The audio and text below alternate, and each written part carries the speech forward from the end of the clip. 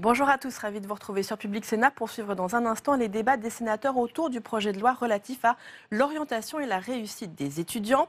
Un projet de loi qui porte sur les conditions d'accès des lycéens à l'enseignement supérieur et qui tente de résoudre le problème de l'échec des étudiants aujourd'hui, puisque, sachez qu'aujourd'hui, 60% des étudiants ne parviennent pas à obtenir leur licence en 3 ans. Au cœur des discussions des sénateurs, l'article 1er du projet de loi qui instaure la fameuse plateforme Parcoursup qui prend le relais de la très controversée réforme APB, cette réforme qui était entrée en vigueur l'année dernière et qui mettait en place le tirage au sort dans les filières en tension. Désormais, avec Parcoursup, les établissements du supérieur pourront demander un certain nombre d'attendus aux lycéens pour trier les vœux de ces derniers. Mais voilà, les débats se déroulent dans une ambiance très tendue puisque cette plateforme Parcoursup est déjà entrée en vigueur le 22 janvier dernier. Et c'est seulement après que le législateur et le Sénat notamment est en charge du texte. Bruno Retailleau, le président du groupe LR, estime que cette procédure est très cavalière. Quant aux communistes, ils ont tout simplement déposé un recours devant le Conseil d'État. Tout de suite donc, retour aux discussions sur l'article 1er de ce projet de loi. Je trouve que nos débats au Sénat sont éclairants et vous voyez, Madame la Ministre, c'est une haute assemblée qui mérite de l'attention. Il y a des choses qui s'y passent qui font que les projets de loi deviennent plus intelligibles. Moi, je voudrais revenir sur le débat sémantique que je trouve un peu abscon, orientation, sélection. Sincèrement, je pense que nous discutons pas, ex nihilo du meilleur système d'affectation. Nous discutons d'un système qui va orienter des étudiants dans quelque chose qui est contraint, un système contraint. Je vous rappelle, Madame, que je n'ai pas voté votre budget, et notre groupe est le seul à ne pas l'avoir fait, parce que nous estimions qu'il n'y avait aucun moyen supplémentaire pour l'enseignement supérieur en 2018. Il y a besoin, d'une part, de remettre à niveau les établissements, qui sont dans un état catastrophique, vous le savez, d'un point de vue matériel. D'autre part, de mieux accueillir les nouveaux entrants. Et la profession est unanimement d'accord qu'il faut environ 1 milliard par an. Et vous nous proposez environ 500 millions sur le quinquennat. C'est largement en dessous de ce qui est nécessaire. Je n'ai pas en doute votre sincérité, Madame la Ministre, mais vous agissez dans un domaine qui est contraint, politiquement contraint. Le gouvernement nous l'a dit à plusieurs reprises et il l'assume, veut baisser la dépense publique. Par ailleurs, il vient d'annoncer un plan de licenciement massif de 120 000 fonctionnaires. Je ne vois pas comment, dans ce contexte, vous allez réussir à trouver des postes et des moyens. Je vous avais interrogé à ce sujet en commission et vous m'aviez répondu par une formule miraculeuse qu'il y avait des postes gelés qu'il suffisait de les dégeler. Mes collègues de Paris 1 m'ont dit que sur les 35 postes gelés, vos moyens avaient permis d'en dégeler 4. Avec 4 postes supplémentaires, est-ce que vous croyez vraiment qu'ils vont pouvoir trier 50 000 dossiers? Merci. La parole aussi est à Monsieur Pierre Laurent.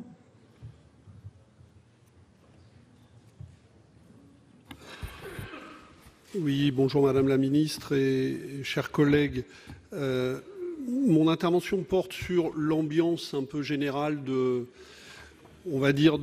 catastrophisme qui est répandue sur la situation universitaire, le niveau de l'échec, et tout ça pour justifier, il nous semble, une politique de restriction et d'un manque d'ambition en matière de formation des étudiants.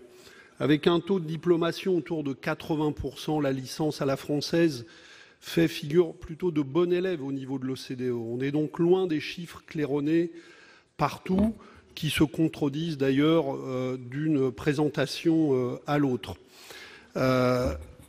Comme l'avançait en son temps, je ne veux pas revenir à cette époque-là, Edgar Faure, mais Toutes les études postérieures l'ont confirmé. Ceci étant dit, c'est en augmentant progressivement le nombre du titulaire du certificat d'études, puis du baccalauréat, puis de diplôme du supérieur, que l'on forme les travailleuses et les travailleurs de demain. Et c'est encore plus vrai aujourd'hui.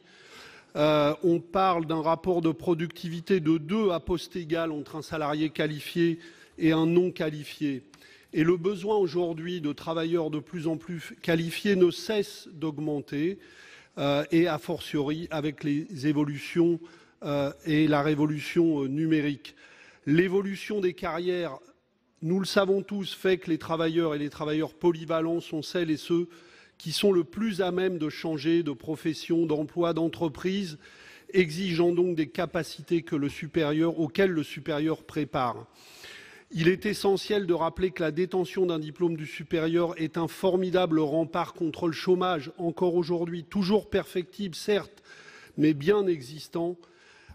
Et je rappelle que même si le chômage des jeunes diplômés reste un problème et se développe lui aussi, il faut rappeler que le taux de chômage à 3 ans, s'il est de 50% pour les non-diplômés, n'est entre guillemets que de 13% pour les diplômés du supérieur et 26% pour les diplômés du secondaire.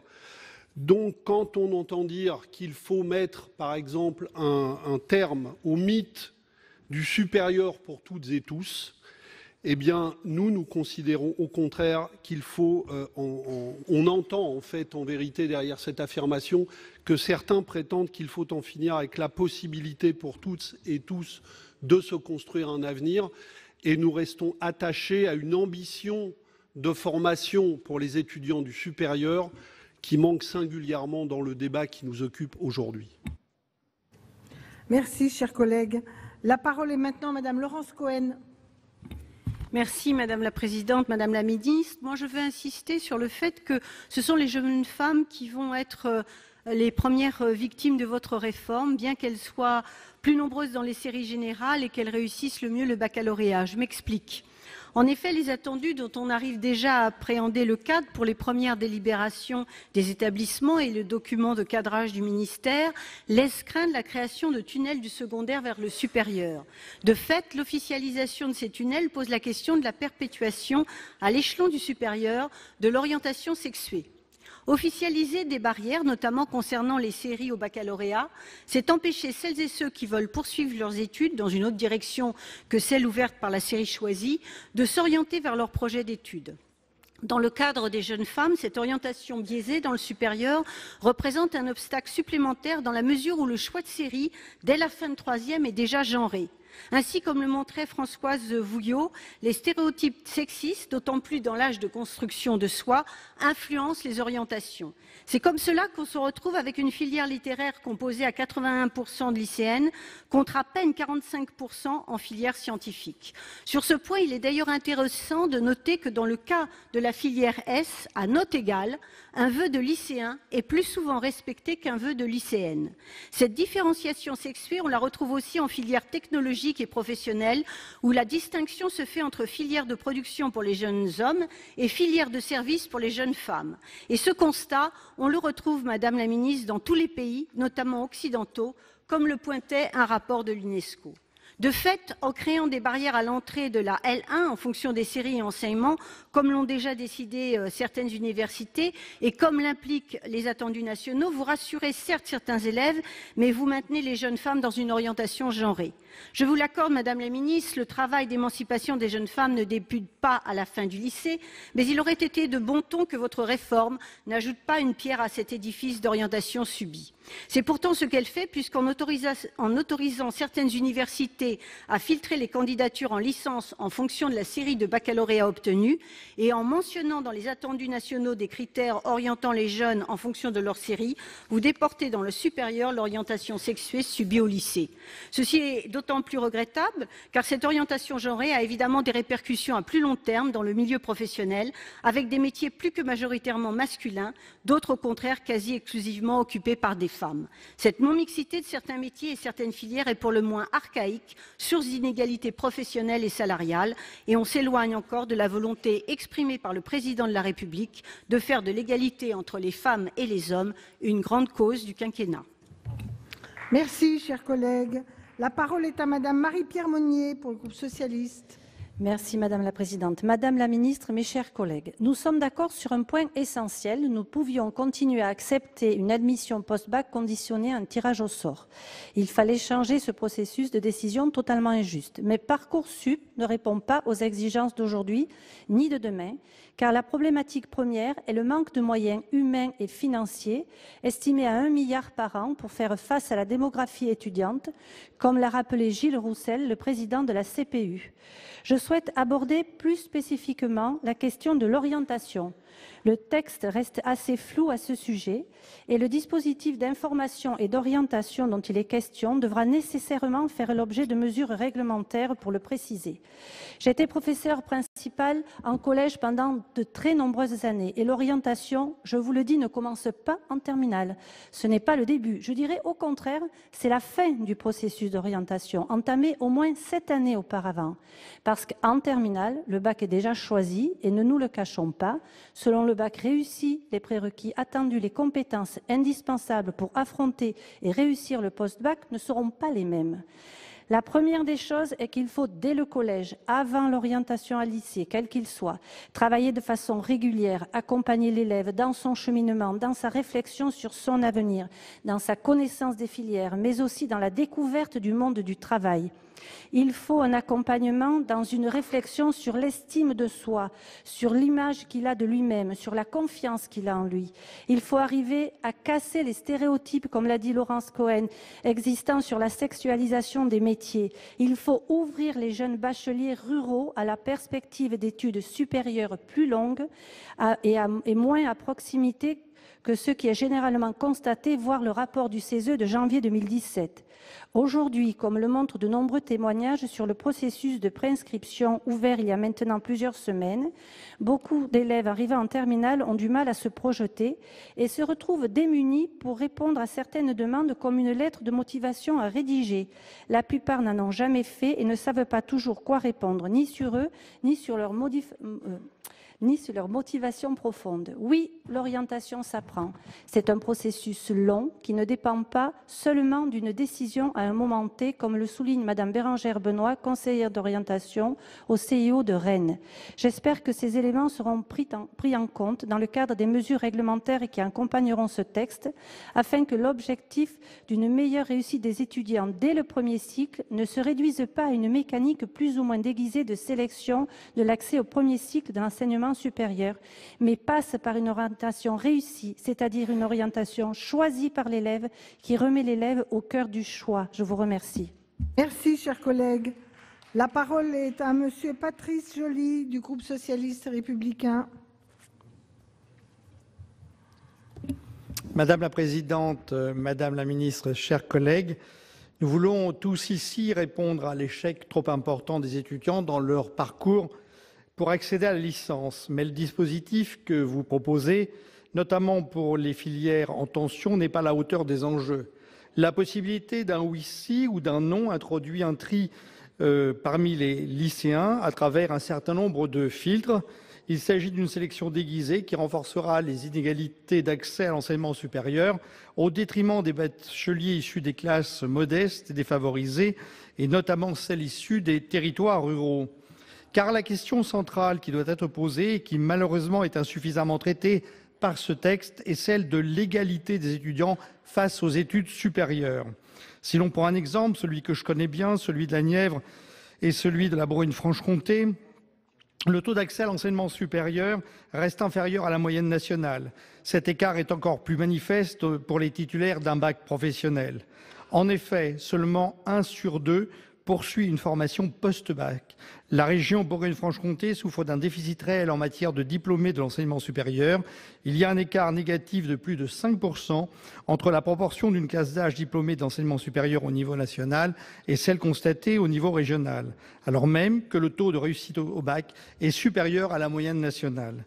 Le principal frein à l'accès à l'enseignement supérieur auquel sont confrontés les jeunes nivernais et d'ordre économique. Le revenu moyen des ménages étant inférieur à la moyenne nationale, la poursuite d'études supérieures d'un ou plusieurs enfants à l'extérieur de la Nièvre devient vite un poids non négligeable pour les familles, ce qui génère de l'autocensure. Le territoire doit faire face à un désengagement, ou plutôt à un engagement insuffisant de l'État. À titre d'exemple, l'antenne universitaire de Nevers subit de plein fouet une sous-cotation de la part de l'État. Cela participe à la désertification de nos territoires en rompant les liens possibles avec nos entreprises locales. Parallèlement à cela, les collectivités locales, il s'agisse de la ville de Nevers Agglomération, du conseil départemental, contribuent quant à eux fortement au maintien des sites d'enseignement supérieur, que ce soit à la fois en fonctionnement et en investissement, dans un contexte, vous le savez, de fortes contraintes budgétaires. À cela s'ajoute leur participation au financement de la recherche universitaire et au soutien de la vie étudiante et des services aux étudiants. Il est donc important dans nos territoires ruraux de développer une offre de proximité permettant d'améliorer le taux d'accès aux études supérieures en proposant à la fois une variété de cursus pour les bacheliers, mais également des formations originales, attractives en lien avec les potentiels de développement de nos territoires. Alors que nous avons aujourd'hui tendance à renforcer les grands pôles universitaires dans les métropoles, il serait nécessaire de préserver et de renforcer les sites universitaires délocalisés dans les villes moyennes. Ces antennes permettent aux étudiants de suivre leur cursus au plus près de leur lieu de résidence. Enfin, nous devons, et j'en termine, absolument travailler sur la question de l'orientation des étudiants. Milliers de bacheliers chaque année, souvent d'ailleurs de bon niveau. Le problème qui se pose pour eux, c'est une fois qu'ils ont fait le curriculum du lycée français, où est-ce qu'ils vont aller en université? Et c'est un vrai débat politique, puisque nous avons financé toute leur scolarité.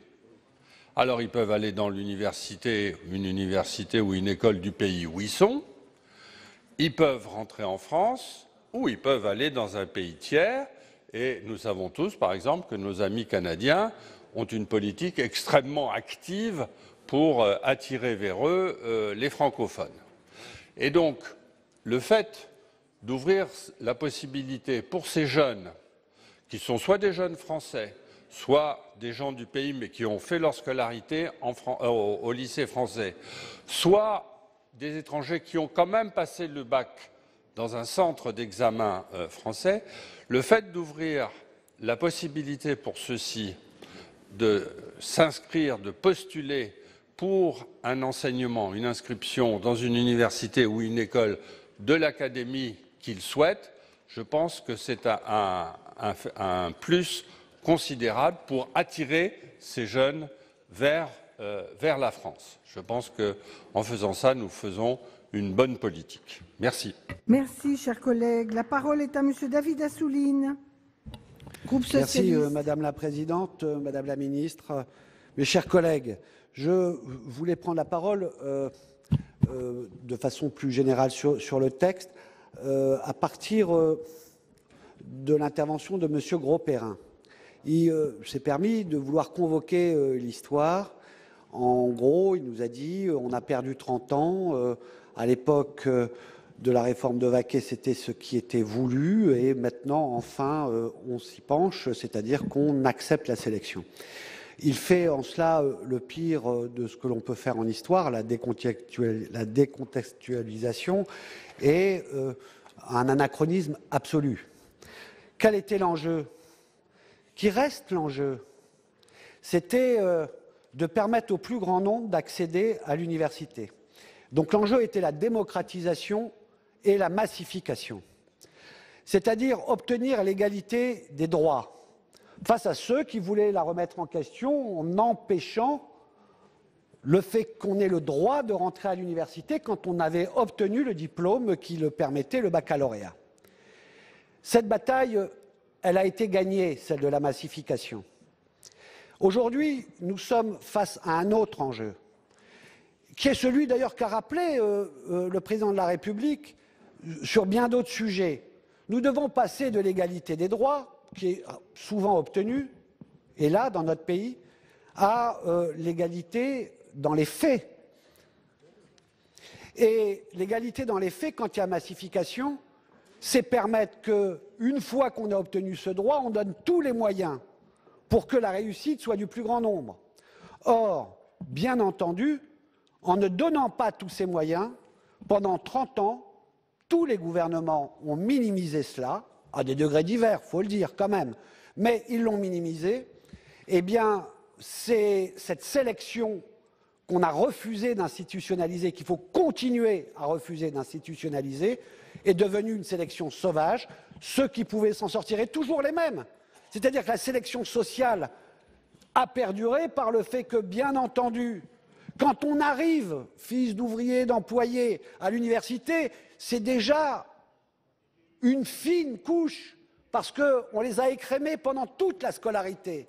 Eh bien là encore, on voit que la sélection s'opérait pour qu'il n'en reste plus aucun. Alors, le débat sur les moyens ne peut pas être dissocié du débat que nous avons. Oui, il y a eu un manque d'ambition, et j'en parlerai dans une autre discussion. Oui, il y a eu un manque d'ambition de tous les gouvernements, et y compris du gouvernement précédent. S'il vous plaît, chers collègues. Merci. La parole est à notre collègue Robert Del Picchia pour les Républicains. On dit Del Picchia. Oui, merci Madame la Présidente. Madame la Ministre, mes chers collègues, alors je suis d'accord avec Richard Yung, on se félicite de l'amendement des députés selon lequel les étudiants français de l'étranger sont réputés résider dans l'académie dans laquelle ils ont exprimé leur souhait d'étudier. Cela facilite, c'est vrai, les demandes des bacheliers de l'Agence pour l'enseignement français à l'étranger. Néanmoins, il est important d'alerter le gouvernement sur le décrochage des bacheliers français de l'étranger diplômés d'un baccalauréat technologique et professionnel.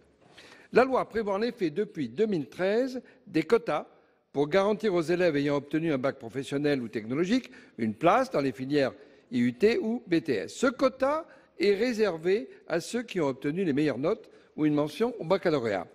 Les autres places sont préemptées par les étudiants issus du bac général. Les moins bons élèves des bacs techniques et professionnels sont ainsi redirigés vers les études générales où ils ne sont pas encadrés et échouent massivement. Je ne fais que reprendre les propos de notre rapporteur qui a fait un travail remarquable. Alors se crée donc le paradoxe suivant. Ceux qui ont le moins de chances de réussir dans les filières générales s'y retrouvent inscrits par défaut. C'est un problème national, vous l'avez souligné, Madame la Ministre, mais ça prend un accent particulier pour les élèves du réseau de l'AEFE. Alors je me dois de souligner la vulnérabilité, on y arrive, particulière des élèves français de l'étranger qui sont souvent installés seuls en France sans l'appui de leur entourage familial. En outre, s'agissant des élèves qui ont obtenu une bourse sur critères sociaux, une mauvaise orientation est fatale à leur avenir. Après 2 échecs, ils sont exclus de leurs droits. Donc, la question écrite que j'avais posée au gouvernement pour connaître le nombre d'élèves boursiers issus de l'AEFE ayant décroché n'a pour l'instant pas reçu de réponse. Alors j'attire votre attention, Madame la Ministre, sur l'orientation de ces jeunes Français de l'étranger qui, n'ayant pas obtenu de mention, se voient refuser l'accès aux filières qui leur permettraient justement le mieux leur insertion professionnelle. Alors c'est exactement l'inverse de l'objectif de votre loi sur l'orientation et la réussite des étudiants. Je vous remercie de votre attention. Merci, chers collègues. La parole est à Monsieur Guillaume Chevrollier pour le groupe Les Républicains. Merci Madame la Présidente, Madame la Ministre, mes chers collègues.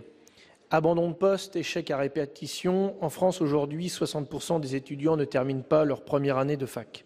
Et seuls 27% d'entre eux parviennent à obtenir leur licence en 3 ans.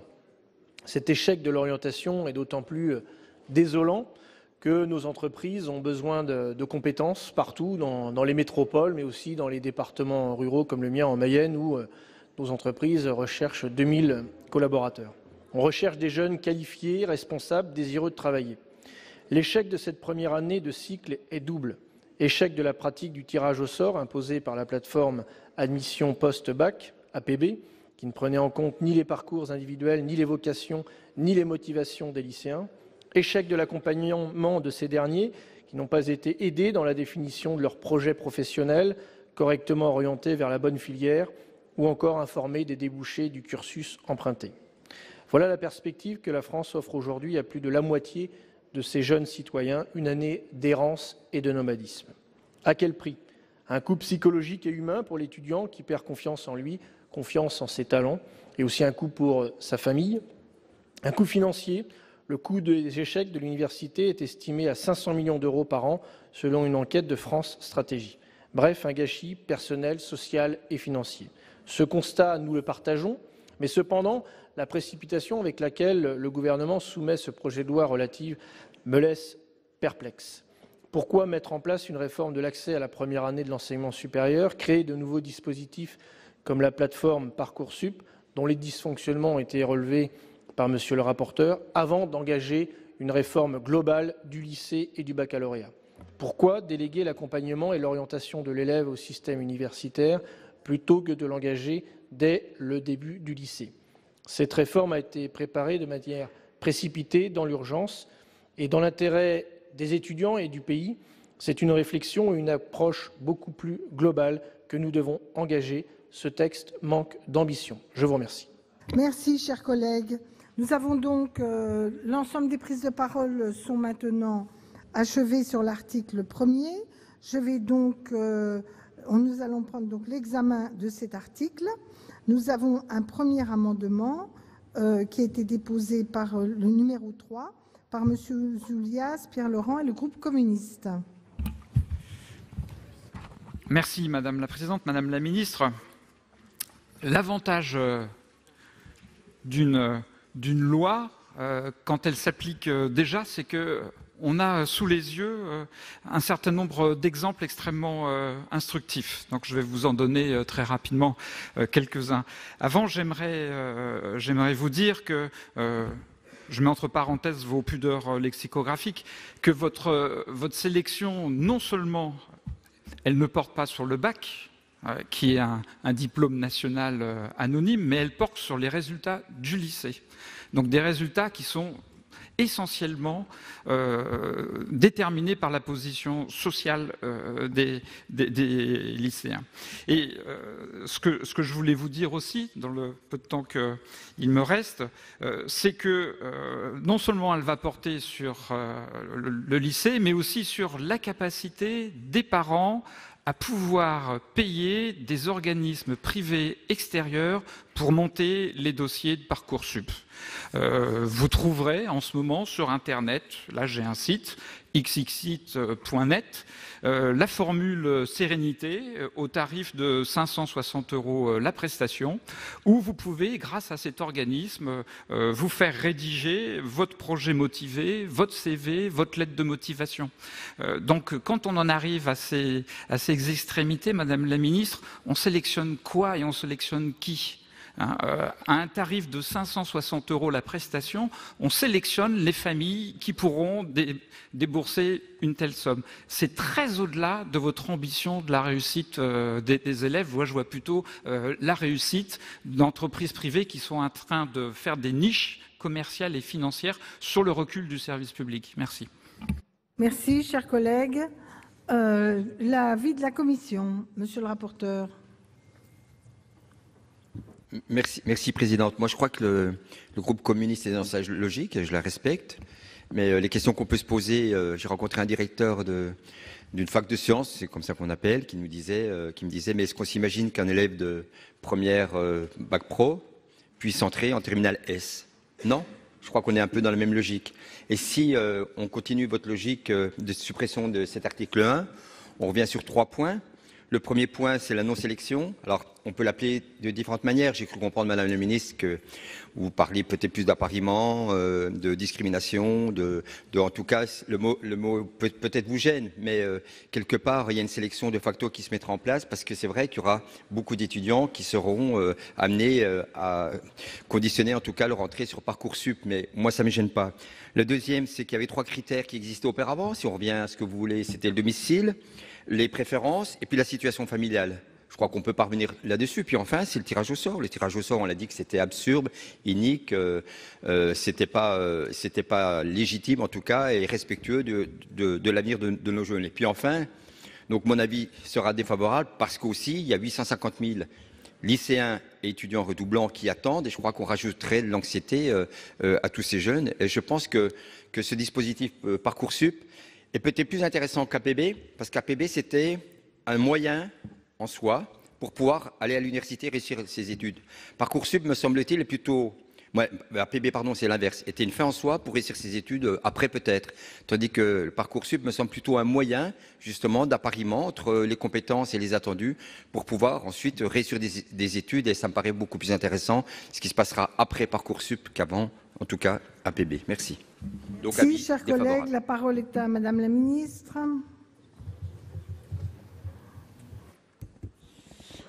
Merci beaucoup, Madame la Présidente. Je voudrais simplement rappeler que les formations non sélectives à l'université ne pourront pas refuser de candidature si elles disposent de capacités d'accueil suffisantes. Je voudrais repréciser que dans le budget 2018, il y a eu 234 millions d'euros supplémentaires pour les universités, que nous avons maintenu 100 millions d'euros supplémentaires qui avaient été accordés au titre de la démographie, ce qui nous fait donc 334 millions d'euros, que 130 millions d'euros ont été débloqués du programme d'investissement pour les nouveaux cursus universitaires et que nous avons rajouté 25 millions d'euros en tiers d'année, soit 75 millions en année pleine, pour créer des places supplémentaires. Je voudrais aussi mentionner que la position sociale ne préjuge en rien ni de l'intelligence ni de la créativité des jeunes, et je m'étonne que vous n'ayez pas cette même analyse. Quant aux sites payants qui proposent d'écrire des projets motivés, évidemment, je ne peux que les condamner, mais je me demande aussi quelle image vous avez de vos collègues des universités pour penser qu'ils vont être capables de se laisser berner par ce type de procédé. L'avis du gouvernement est défavorable. Bon, bref. Alors, nous avons un avis défavorable de la Commission. Ah, pardon, monsieur. Il y a d'abord monsieur Ouzoulias, puis monsieur Assouline. Monsieur Ouzoulias, bon. Allez, monsieur Ouzoulias. Je ne comprends pas votre argumentaire, Madame la Ministre, du tout. Bon, tant mieux. Au moins, on est d'accord sur un point. Vous nous expliquez depuis le début de ce débat parlementaire que vous avez créé avec vos moyens supplémentaires toutes les places pour accueillir tous les étudiants qui souhaiteraient rentrer à l'université. Alors pourquoi cette loi ? Pourquoi vous changez la loi? Parce que la loi dit exactement aujourd'hui que tous les étudiants doivent accéder à l'université. Si vous voulez changer la loi, c'est que vous avez un autre dessein, assumez-le maintenant, ça nous fera gagner du temps, s'il vous plaît. Par ailleurs, en principe au Sénat, on n'interrompt pas les orateurs, Madame la Ministre. Par ailleurs, ce que j'ai dit, et de façon très très nette, c'est que quand on compare APB et Parcoursup, on voit qu'il a été rajouté des notices sur le parcours extrascolaire. Expliquez-moi ce que ça veut dire pour un gamin de 17 ans de présenter un CV. Vous sélectionnez quoi quand vous demandez à un gamin de 17 ans un CV? Ben vous sélectionnez, Madame la Ministre, la possibilité de faire des stages à l'étranger, de passer l'été dans le cabinet d'avocat de monsieur et madame. C'est ce que nous appelons la sélection sociale et c'est le projet de votre projet de loi. Merci. Merci, chers collègues. Monsieur Assouline, explication de vote. Je vais pouvoir poursuivre mon intervention de tout à l'heure et l'étayer. Donc, je regarde les statistiques de l'INSEE à date de 2014. Ça a un peu varié. Nous sommes à 2,5 millions maintenant à peu près d'étudiants. Juste pour ceux qui sont dans les commémorations, en 68, il y avait 400 000 étudiants. Mais avec 2,4 millions, il y a 10% d'enfants d'ouvriers. Et la grande majorité sont issus de professions libérales, cadres supérieurs, aujourd'hui. Alors, mon souci, c'est que oui, la sélection est sauvage. On n'a pas tenu cet engagement, cette promesse républicaine. Parce qu'on n'a pas été à la hauteur des moyens. On a vu comment il y avait de plus en plus d'étudiants, ce qui était bien, mais il y avait de moins en moins de suivi personnalisé. Les amphis étaient bondés de plus en plus, les facultés étaient en décrépitude, et à aucun moment, parce que ça nécessite beaucoup d'argent, et donc de l'ambition. Or, au même moment, certains nous expliquaient qu'il y avait déjà trop de professeurs et ils en réduisaient. Il y avait déjà trop d'argent public vers le public et on a habitué la société à se défendre du fait qu'elle dépensait de l'argent dans l'éducation. Alors que nous savons tous aujourd'hui que c'est la principale chance et même atout de compétitivité d'un pays comme le nôtre, les moyens qu'il met à l'université et dans la recherche. Et que c'est les pays qui seront au top sur ces domaines qui gagneront et qui resteront des grandes nations. Alors, je veux bien qu'on nous dise que le problème, c'est APB. C'est-à-dire que le problème, c'est finalement l'affectation, pas l'orientation. Je suis pour l'orientation, mais je vois trop dans ce projet de l'affectation. Et sans loi de programmation, sans collectif budgétaire, il n'y a pas d'ambition derrière. On nous fait croire que c'est seulement par une meilleure technique d'affectation qu'on va réduire les inégalités. Probablement, il fallait le faire parce que la CNIL a dit des choses, mais l'ambition qui peut permettre, y compris d'accomplir des choses que vous avez souhaitées, Madame la Ministre, avec votre loi, eh bien, n'est pas au rendez-vous et c'est la bataille qu'il faudra engager tous et avec détermination. Merci, chers collègues. Les avis, les explications de vote ont été données. Donc, je propose qu'on puisse maintenant soumettre au vote cet amendement, qui a un avis défavorable de la Commission et du Gouvernement. Qui est favorable à cet amendement? Qui est contre? Qui s'abstient? L'amendement n'est pas approuvé. Nous avons un second amendement numéro 173, toujours sur l'article 1er, défendu par M. Pacaud et d'autres collègues. Merci Madame la Présidente, Madame le Ministre, Monsieur le rapporteur, très chers collègues. Nous sommes donc réunis pour évoquer le projet de loi d'orientation et réussite des étudiants. Je suis d'accord avec Monsieur Assouline, comme l'avait très bien démontré notre vénérable collègue Guy-Dominique Kennel, il s'agit plus d'un projet de loi d'affectation. Néanmoins, ce texte comporte beaucoup d'avancées, mais on peut l'améliorer. On peut l'améliorer très concrètement avec déjà, pour l'article 1er, un premier point qui peut paraître une nuance sémantique, mais qui n'est pas une coquetterie. Très concrètement, je vous propose au nom du groupe Les Républicains, de modifier très simplement la première phrase. Le premier cycle est ouvert à tous les titulaires du baccalauréat. Remplacer le « tous les titulaires » par « aux titulaires du baccalauréat ». Ce n'est pas une coquetterie, il n'est en aucun cas pour but de restreindre l'accès à l'enseignement supérieur à travers cette nuance. Mais il s'agit surtout de permettre une meilleure orientation avec avant tout une prise de conscience. Car actuellement, cet accès direct à l'enseignement supérieur conduit de nombreux jeunes dans une impasse. Je ne redirai pas les chiffres, Guillaume Chevrollier, Jacques Grosperrin, Jean-Claude Carle les ont cités. Ces chiffres doivent nous interpeller. Parce que la sélection, qu'on le veuille ou non, on glose là-dessus, mais elle existe. Et la sélection qui existe aujourd'hui, c'est la plus cruelle, la plus injuste, c'est la sélection par l'échec, c'est la sélection par l'illusion aussi. Quelle est l'illusion? L'illusion, c'est que l'université pour tous, entre guillemets, permettrait la réussite pour tous. En fait, le vrai dogme, ce n'est pas celui de l'université pour tous, c'est de l'université obligatoire pour tous, qui aboutit à une déception pour beaucoup. En fait, on peut réussir son orientation, s'épanouir, s'insérer socialement, professionnellement, sans forcément suivre les chemins de l'université. Il y a bien d'autres parcours possibles.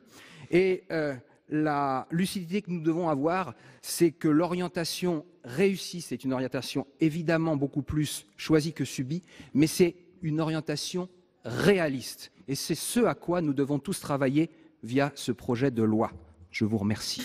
Merci, chers collègues. L'avis de la Commission. Merci, Présidente. Moi, je crois que c'est un amendement qui est intéressant parce que ça met fin peut-être aussi au mythe que l'entrée à l'université et l'enseignement supérieur est permis, ou en tout cas pour tous. Je crois que c'est quelque chose qui est important. Mais on peut s'interroger aussi quelque part sur le fait que tout le monde n'est pas obligé d'aller à l'université et à l'enseignement supérieur. Il y en a qui décident de s'arrêter dans leurs études. Il y en a d'autres qui décident de prendre une année de césure. Donc je pense que ça pose, en tout cas le problème doit être posé, vous avez raison de le poser, mais la Commission émettra un avis de sagesse sur cet amendement. L'avis du gouvernement, Madame la Ministre. Merci Madame la Présidente, Mesdames les sénatrices, Messieurs les sénateurs. Ce que vous proposez au travers de cet amendement et ce que vous relevez, c'est que l'enseignement supérieur est multiple. Et bien sûr, je ne peux être que d'accord avec vous sur le fait que l'enseignement supérieur est multiple. Il y a bien sûr les universités, mais aussi les classes préparatoires ou les BTS qui, eux, relèvent des établissements scolaires. Et donc, effectivement, c'est très important de montrer qu'au sein de l'enseignement supérieur, il y a plusieurs voies possibles.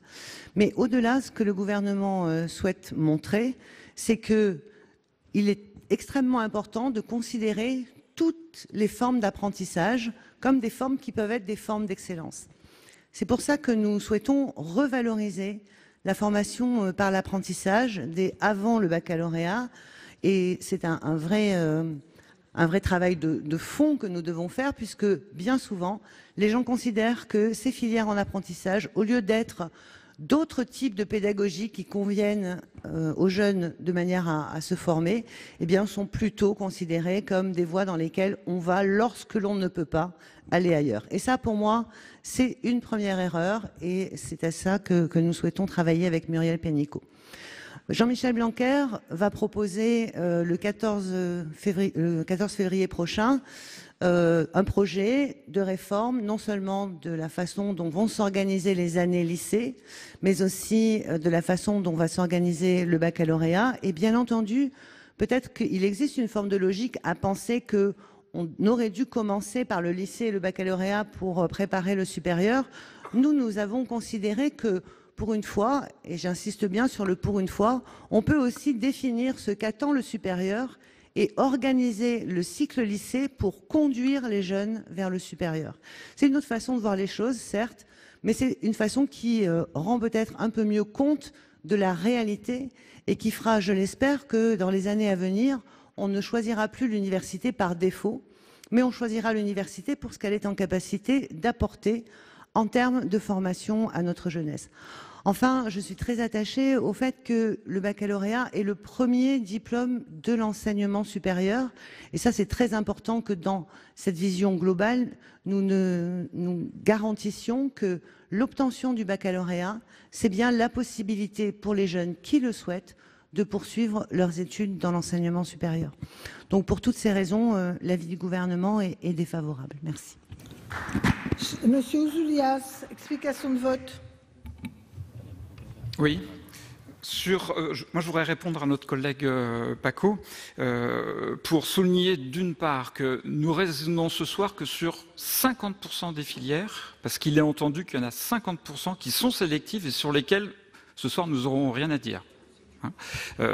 Par ailleurs, ce n'est pas celle qui coûte le moins cher à l'État, je vous le rappelle, chers collègues. Deuxièmement, et Madame la Ministre l'a dit très justement, dans les échecs en licence, il y a énormément d'orientation par défaut, tout simplement parce que dans les filières, il ne reste plus que 50% qui sont libres, et les gamins qui ont parfaitement compris qu'aujourd'hui, dans un pays de 5 millions de chômeurs, la seule chance qu'ils ont pour s'en sortir, c'est la promotion sociale par le diplôme et par l'université. Donc même quand ils ont un bac pro ou un bac technique, ils tentent cette chance parce qu'ils savent que s'ils n'ont pas cette chance, derrière c'est Pôle emploi. Donc en effet, ils arrivent dans des amphithéâtres d'histoire ou de philosophie pour lesquels ils ne sont pas faits. Mais c'est un choix par défaut parce qu'ils n'ont plus d'autres solutions. Et notamment, les IUT qui devaient les accueillir ne le peuvent plus parce qu'aujourd'hui, elles sont prises par les filières générales. En tant qu'enseignant, moi j'ai eu à enseigner à des amphis de 50 étudiants alors qu'il y avait 25 places avec des étudiants partout. C'est drôle pour personne.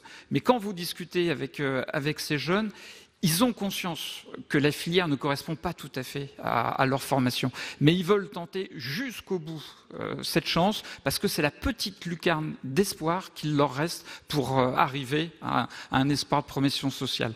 Ce qu'on va faire ce soir, c'est fermer cette lucarne. Je trouve ça terrible pour notre jeunesse. Merci, chers collègues. Monsieur Assouline.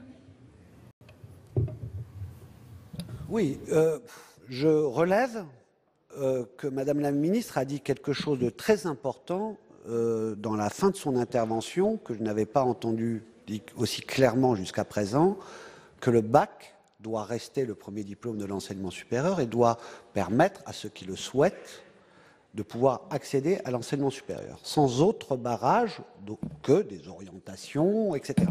Donc je relève, parce que c'est le débat. Dans ce qui est dit, j'entends des énormités quand même. Tout le monde ne doit pas être obligé d'aller à l'université. Ah, franchement, c'est le combat, ça. On va faire des manifs pour que tout le monde ne soit pas obligé. C'est vraiment ça le sujet? Le sujet, c'est qu'il n'y a que 2,4 millions, et donc il y a eu beaucoup de ceux qui ont été sélectionnés bien avant et qui n'y accèdent pas.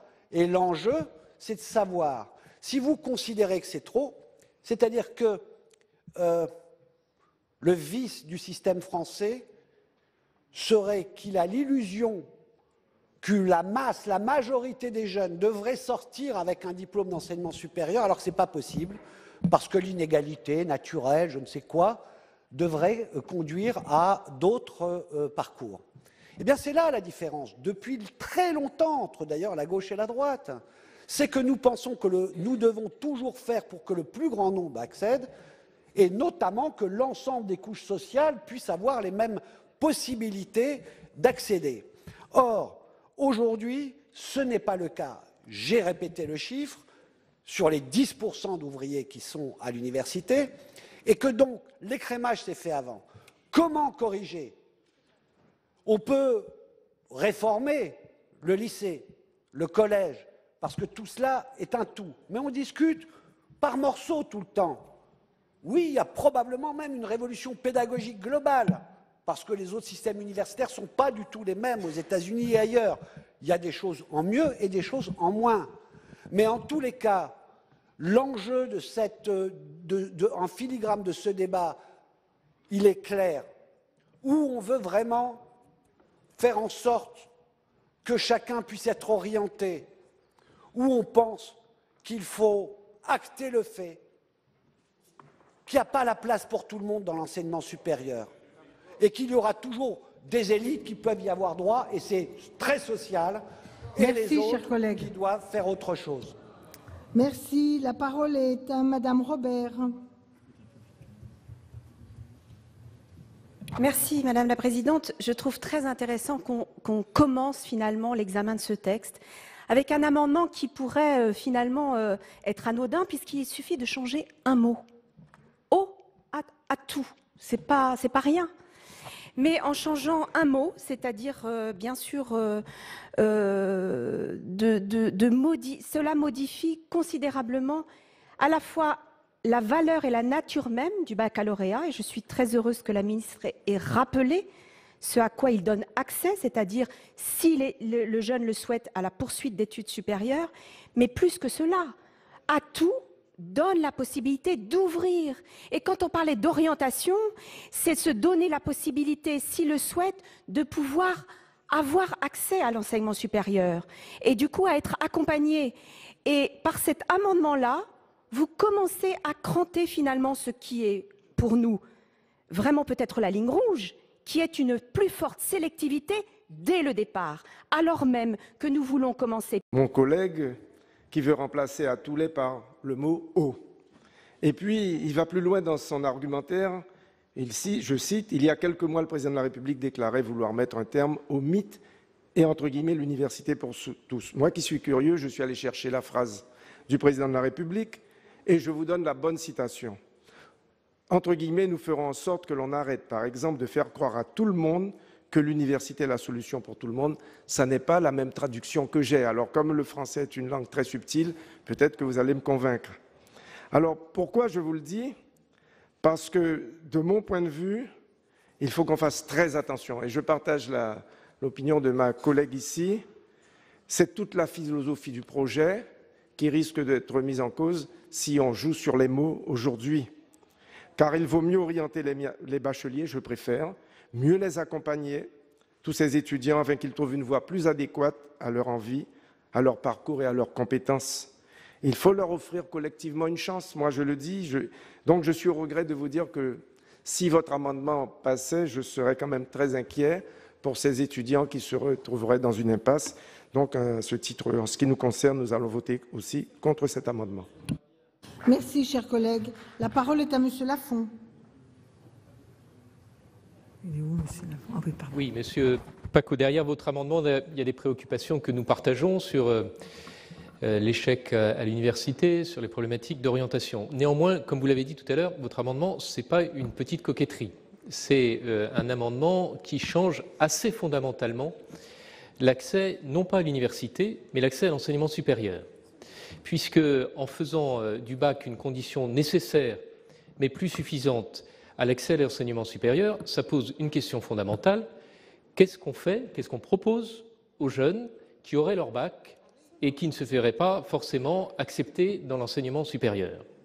C'est une question qui, nous semble-t-il, est fondamentale et qui ne peut pas être abordée comme ça à l'occasion d'un amendement, sauf si c'est un amendement de réflexion, si on peut le qualifier comme ça, mais en tout cas qui ne peut pas être inscrit dans un projet de loi dont on sent bien qu'il a une certaine sensibilité et qui, forcément, parce que ça touche l'avenir des jeunes, a aussi un côté anxiogène.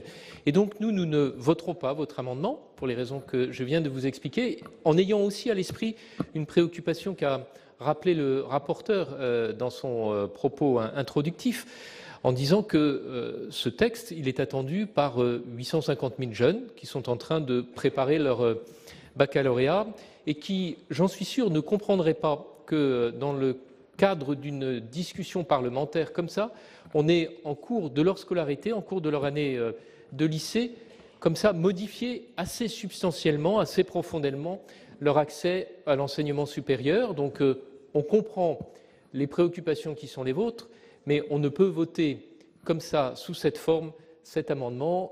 Voilà la position du groupe de l'Union centriste. Je vous remercie, chers collègues. La parole est à Monsieur Brisson. Merci, Madame la Présidente. Je vais largement répéter ce qu'a dit Monsieur Lafond, mais je vais quand même le répéter à titre très personnel. Cet amendement est intéressant. Il pose un vrai débat, mais comme l'a dit Monsieur Lafond, il serait quand même gênant que la fin d'un fondement de notre République, à savoir le baccalauréat grade universitaire, disparaisse à l'occasion d'un amendement. Et moi, je repose à nouveau la question qui vient d'être posée. Lorsque l'on est bachelier, qu'est-ce que l'on peut faire dans le post-bac? Or, le texte du projet de loi ne parle pas d'université, mais bien d'enseignement supérieur. Et Madame la Ministre a évoqué tout à l'heure, y compris les différentes formes de post-bac dans l'apprentissage. Donc j'ai quelques difficultés à dire à un bachelier que les portes du post-bac lui sont fermées, parce que je me demande vers quelle autre porte il pourra ouvrir, et je ne méconnais pas tout ce qui a été dit par Olivier Paccaud et par certains collègues, à la fois sur le taux d'échec insupportable à l'université et sur les erreurs en matière d'orientation. Mais je ne peux pas non plus vous suivre totalement, Madame la Ministre, parce qu'on mesure là, dans cet amendement d'Olivier Paccaud, on mesure complètement combien il y a dysfonctionnement, comme cela a été dit tout à l'heure, à discuter de votre projet de loi avant que l'on ait travaillé sur le segment lycée-licence, sur cet ensemble et cette bascule qui s'effectue au moment du baccalauréat entre le lycée et la licence, ce que les spécialistes appellent parfois le segment -3 + 3. Et donc on mesure pleinement combien il y a dysfonctionnement dans notre débat, avec un projet de loi qui arrive après la réforme que devrait annoncer M. Blanquer du baccalauréat et de l'ensemble du lycée, parce qu'on voit très bien que la question posée par Olivier Paccaud est celle de l'orientation en lycée. Je suis d'ailleurs persuadé, Madame la Ministre, que lorsque la rénovation du baccalauréat et du lycée sera faite, le texte dont nous débattons ce soir devra nécessiter un toilettage et une transformation pour être adapté à ce que sera la réforme du baccalauréat et du lycée. Voilà pourquoi je ne pourrai ni vous suivre, et je suis désolé, ni suivre mon ami Olivier Paccaud. Merci, chers collègues. Je vais donc... Il y a Madame de la Provoté qui a demandé la parole. Oui, pour amener des éléments complémentaires à notre collègue Olivier Paccaud. D'abord, les mots sont souvent aussi têtus que les chiffres et la sémantique est en effet tout sauf une coquetterie. À tous, ça veut dire que l'université n'est pas obligatoire, mais qu'elle est possible pour tous. C'est ça la différence. Ça veut dire qu'on n'exclut pas les parcours. On dit qu'on ouvre, on n'oblige pas. Et moi, j'y tiens aussi, à titre personnel, à ce on n'oblige pas. C'est la question, en fait, qui est posée du libre choix. Et le libre choix, il n'est libre que s'il est éclairé.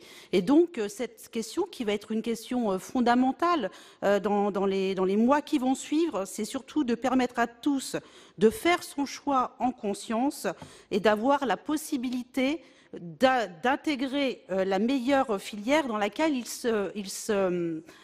dans laquelle le jeune réussira le mieux.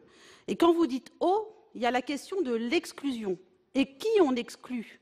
Comment on exclut? Ou comment on aide à ne pas choisir? Cette question-là, on n'y répond pas. Et je pense que cet amendement est prématuré parce qu'il faut pouvoir plutôt donner les moyens positifs de choisir aux jeunes plutôt que donner l'impression qu'au travers de cet amendement, d'autres décident à sa place. Merci, chers collègues. La parole est à Monsieur Paccaud. Merci, Madame la Présidente. Que mon amendement soit prématuré, c'est évident. C'est évident parce que, malheureusement, ce texte de loi, il a mis la charrue avant les bœufs, à savoir qu'il, pour traiter vraiment la problématique de l'orientation, il fallait d'abord faire la réforme du lycée et du bac. Mais nous sommes devant un fait accompli et il faut se positionner. Je ne peux pas laisser dire que OAUX exclut. Je suis désolé, peut-être dans votre esprit, mais quand on parle français, ça n'exclut personne. Madame le ministre, j'ai particulièrement apprécié votre intervention. J'ai simplement été surpris de la conclusion. Mais vous avez parlé notamment de l'apprentissage. Et effectivement, il y a beaucoup à faire dans ce domaine. Je sais que votre gouvernement désire avancer et remettre en valeur cette voie d'excellence qu'est l'apprentissage. Si j'ai pu laisser penser par l'amendement que je porte qu'il y a une volonté de la part de ma famille politique d'exclure de l'accès à l'enseignement supérieur une partie des jeunes bacheliers, j'en suis profondément navré. Ce n'est certainement pas le cas, mais il faut vraiment bien se rendre compte qu'aujourd'hui, je vous invite à aller, par exemple, même si nous sommes encore au mois de février, dans des UFR de STAPS, par exemple. STAPS, je ne prends pas cet exemple au hasard. J'étais dans l'UFR de STAPS d'Amiens il y a quelques semaines. Ils étaient 1500, ils ne sont plus que 750. Il y en a 750 qui, en l'espace de 4 mois, ont arrêté parce qu'ils croyaient, en rentrant dans cette UFR de STAPS, aller ailleurs que là où ils sont. Ils pensaient devenir professeurs de sport, ils pensaient aller vers les métiers du sport. Ils n'ont pas les capacités, les qualités requises par l'UFR pour effectuer cette formation. On les a bercés d'illusions. Je trouve que c'est profondément injuste pour ces jeunes et le système en est profondément responsable. Il faut le corriger. C'était un des objectifs. Nous verrons bien ce qu'il en sera. Merci, chers collègues. Je vais donc soumettre aux voix l'amendement 173, mais j'ai été saisie d'une demande de scrutin public par le groupe CRCE. Je vous rappelle que l'avis de la commission est sagesse et que celui du gouvernement est défavorable. Il va donc être procédé au scrutin public dans les conditions fixées par l'article 56 du règlement. Le scrutin sera ouvert dans quelques instants.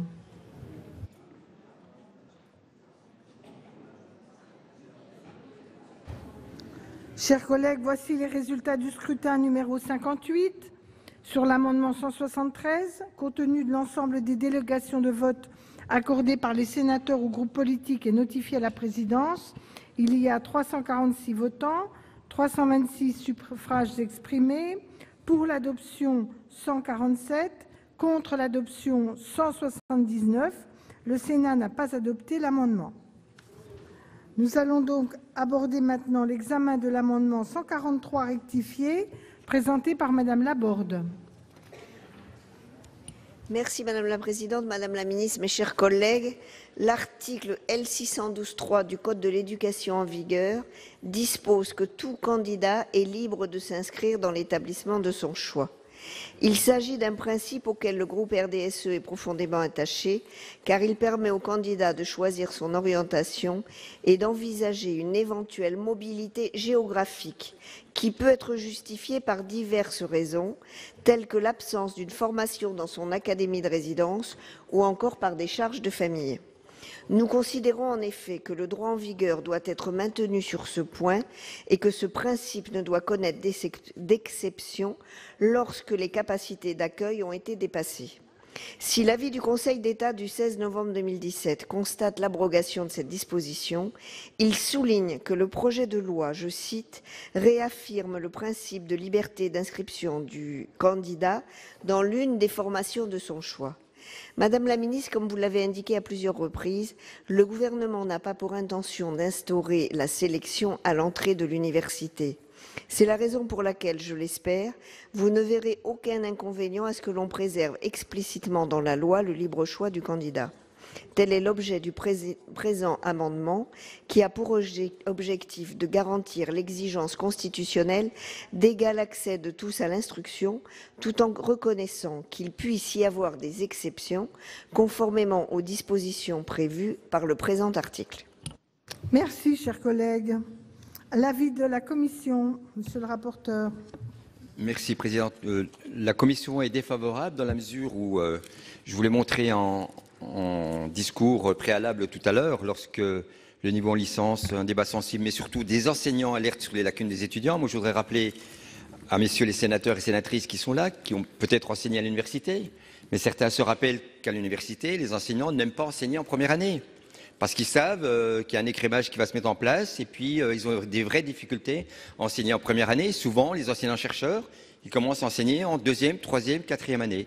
Donc, qu'il y ait des attendus, qu'il y ait à un moment donné des filières qui deviennent toutes sélectives. Alors, je ne sais pas si elles deviennent toutes sélectives, mais qu'il y ait vraiment une concordance qui s'effectue entre le candidat qui doit être choisi par l'établissement. Je pense que c'est quelque chose qui me paraît fondamental. Et puis enfin, c'est un contrat de réussite gagnant-gagnant, parce que je peux vous assurer que les étudiants qui sont dans des filières où ils ratent, c'est un échec beaucoup plus durable dans la suite de leur avenir professionnel. Donc, avis défavorable de la Commission. Madame la Ministre, avis du gouvernement.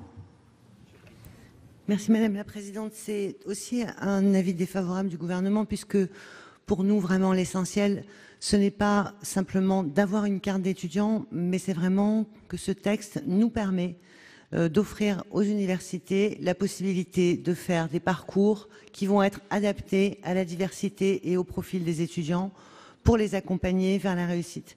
Je pense que ce n'est pas décourager les étudiants que de simplement les prévenir que s'ils choisissent une filière, ils pourront y réussir, mais ils devront travailler plus, travailler autrement, et que les enseignants-chercheurs et les enseignants des universités seront là pour les accompagner. Donc, avis défavorable. Merci. Monsieur Assouline a demandé la parole pour explication. Oui, je soutiens cet amendement de Madame Laborde qui clarifie encore le débat précédent. Et je suis, cette fois-ci, inquiet de la réponse de Madame la Ministre. Parce que, comment dire, ce n'est pas vrai que même avec le nouveau système que vous avez mis en place et qui est déjà en place, il y ait cet encouragement à ce que l'étudiant puisse suivre le parcours lors qu'il a le bac, qui est le plus adapté à ses motivations, etc. Ce n'est pas vrai. J'ai un cas concret, je ne vais pas le citer de façon précise, il est y compris personnel. Un étudiant demande une filière où il y a, en regardant, que 30 places. Et il y a à peu près 1000 à parfois 2000 demandes. Elle n'est pas sélective en soi, c'est un choix de parcours. Alors on lui dit au jeune qui doit remplir ses 10 vœux, ne demande pas ça, tu l'auras jamais. Par contre, choisis plutôt ça, qui n'était pas sa motivation. Parce que là, tu peux mettre 10 fois le truc, c'est sûr que tu auras une place. Ça veut dire quoi? Ça veut dire qu'on met effectivement la charrue avant les bœufs. Parce que cette licence, où il n'y a que 30 places, s'il y a 2000 demandes, on devrait ouvrir ses capacités, démultiplier ce choix-là, qui est vraiment voulu et en plus qui correspond, je ne cite pas lequel c'est, qui correspond complètement à ce que la société peut donner comme débouché à un étudiant. Et on continue à lui dire, mais celle où tu es sûr d'avoir une place parce que personne ne veut y aller, eh bien on continue à démultiplier les offres de diplômes là où ce n'est pas demandé. Donc ce n'est pas vrai que le problème est qu'avec cette loi, on cherche avant tout à mieux orienter pour qu'il y ait un débouché. Il faut donner ce droit et le rendre effectif en faisant en sorte qu'on rénove complètement les offres de filière pour les adapter et à la demande et aussi aux besoins de la société qui est en mutation, qui ne sont plus les mêmes besoins ni les mêmes envies des jeunes qu'il y a 30 ans. Or, on peut dire que les offres, elles sont relativement pérennes, quelles que soient les époques. Merci, chers collègues. La parole est à Monsieur Ouzoulias. Merci. Je voudrais reprendre l'argumentation de notre collègue Grosperrin. Et je trouve qu'à propos de l'échec, son indignation est sélective. En effet, vous le savez, chers collègues, les études de médecine, la première année se caractérise par un taux d'échec de 80%. 80%. Et là, il ne s'agit pas de bac techno ou de bac pro, il s'agit des meilleurs élèves des filières scientifiques qui échouent à 80% en première année de médecine.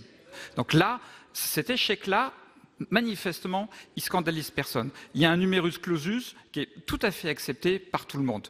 Le problème de la réforme dont nous discutons aujourd'hui, c'est que ce numerus clausus, il va s'étendre à d'autres filières et de la même façon, on va rejeter des gamins qui pourraient faire un très bon parcours universitaire. Merci. Chers collègues, je vais donc soumettre au vote l'amendement de Madame Laborde 143 rectifié avec un avis défavorable et de la Commission et du Gouvernement. Qui est favorable à cet amendement? Qui est défavorable? Qui s'abstient? Il n'est pas approuvé. Nous allons examiner l'amendement 85 rectifié présenté par Madame Mello. Merci Madame la Présidente. Mes chers collègues, cet amendement précise que les dispositifs d'accompagnement pédagogique doivent être propres aux exigences des formations proposées. Ces dispositifs doivent en effet permettre de rendre les élèves aptes à répondre aux exigences de la formation. Il semble logique de le rappeler dans l'article 1er de cette loi. Merci, chers collègues. L'avis de la Commission.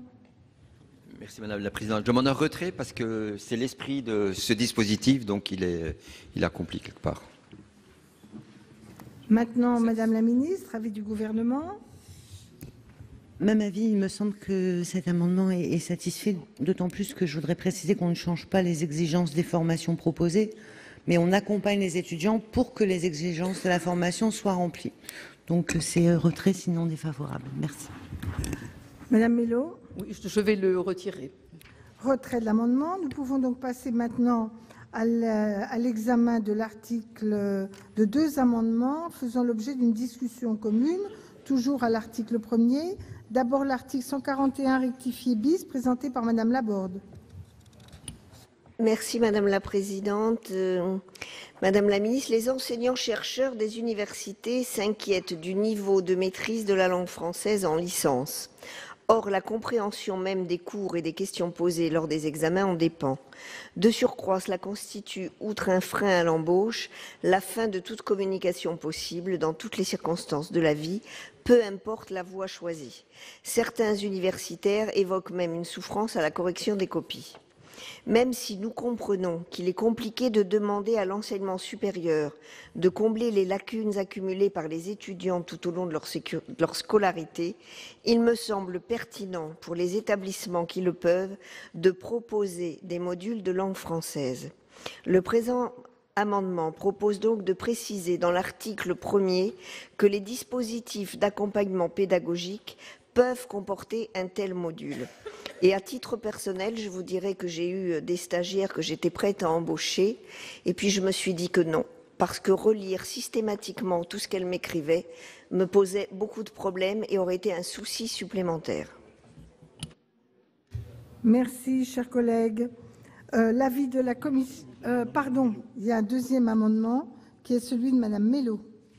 Merci, Madame la Présidente. Cet amendement est très proche du précédent.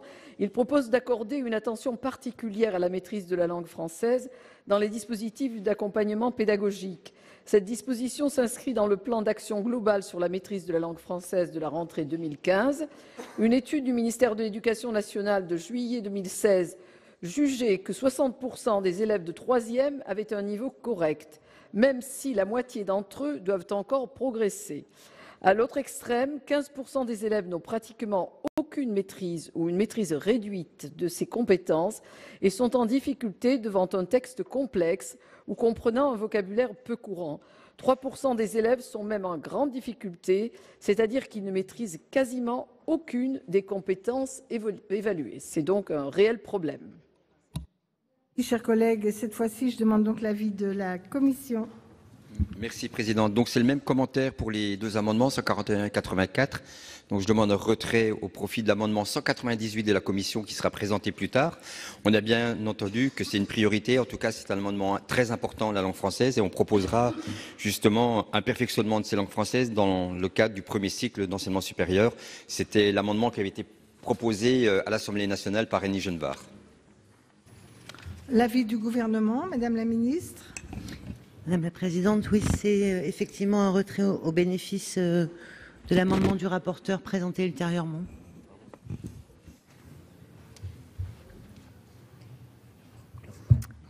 Ensuite, il y a Monsieur Ouzoulias qui a demandé la parole.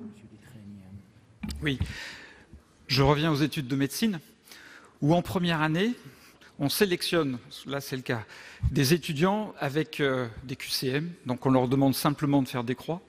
Et il y a une question où ils doivent rédiger, et cette année, on leur a écrit « surtout ne pas rédiger ». Donc, comment, sincèrement, on peut former des médecins en les éloignant autant de la pratique de la langue française?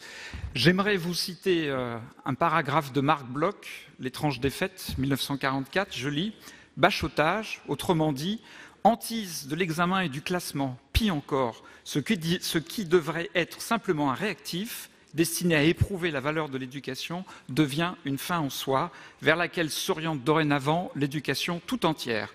On n'invite plus les enfants ou les étudiants à acquérir les connaissances dont l'examen permettra tant bien que mal d'apprécier la solidité, c'est à se préparer à l'examen qu'on les convie.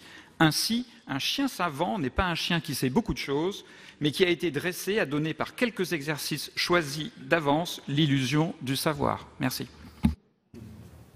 Merci, chers collègues. Monsieur Détraigne.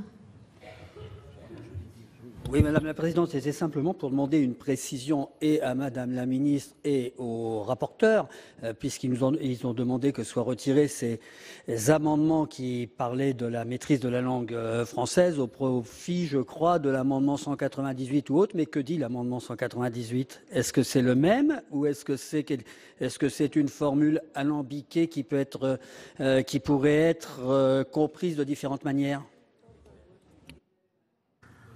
Alors, chers collègues, est-ce que quelqu'un veut répondre du gouvernement ou du rapporteur? Le rapporteur? Vis-à-vis de la question qui a été posée, il est beaucoup plus large parce qu'il ne met pas simplement dans la maîtrise de la langue française dans le dispositif ou Parcoursup, il le met dans l'ensemble du premier cycle d'enseignement supérieur. Donc il est beaucoup plus englobant. Je vais donc interroger les auteurs des amendements pour savoir s'ils souhaitent les maintenir. Madame Laborde? Je le retire au bénéfice de celui du rapporteur en espérant que je ne serai pas déçue. Madame Mello? Je vais aussi le retirer au profit de l'amendement 198 en espérant qu'il mette bien l'accent sur la maîtrise de la langue française. Merci. Bon, chers collègues, on va donc pouvoir passer à l'examen de l'amendement 101 rectifié déposé par Madame Sylvie Robert et le groupe socialiste et républicain. Merci Madame la Présidente. En fait, c'est un amendement qui demande que les établissements communiquent chaque année au ministre chargé de l'enseignement supérieur des statistiques sur le suivi et la validation des parcours et des dispositifs qui sont rendus publics.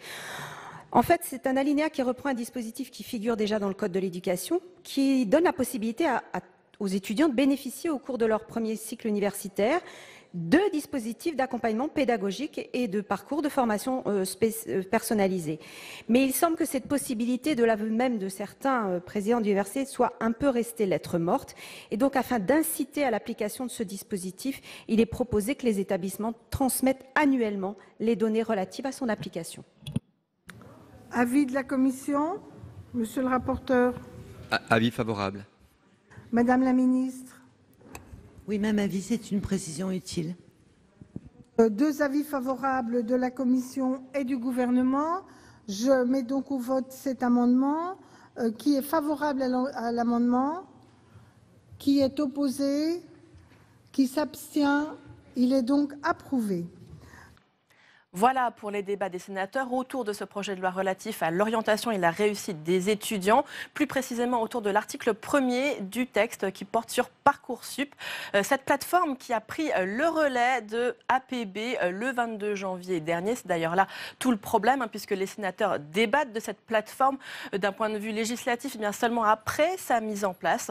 Autre problème, bien notamment la gauche de l'hémicycle estime que les attendus qui pourront permettre de trier les vœux des lycéens bien, sont très inégalitaires, notamment d'un point de vue social. Vous pouvez toujours voir et revoir toutes les séances sur notre site publicsénat.fr. Très bonne journée sur les chaînes parlementaires.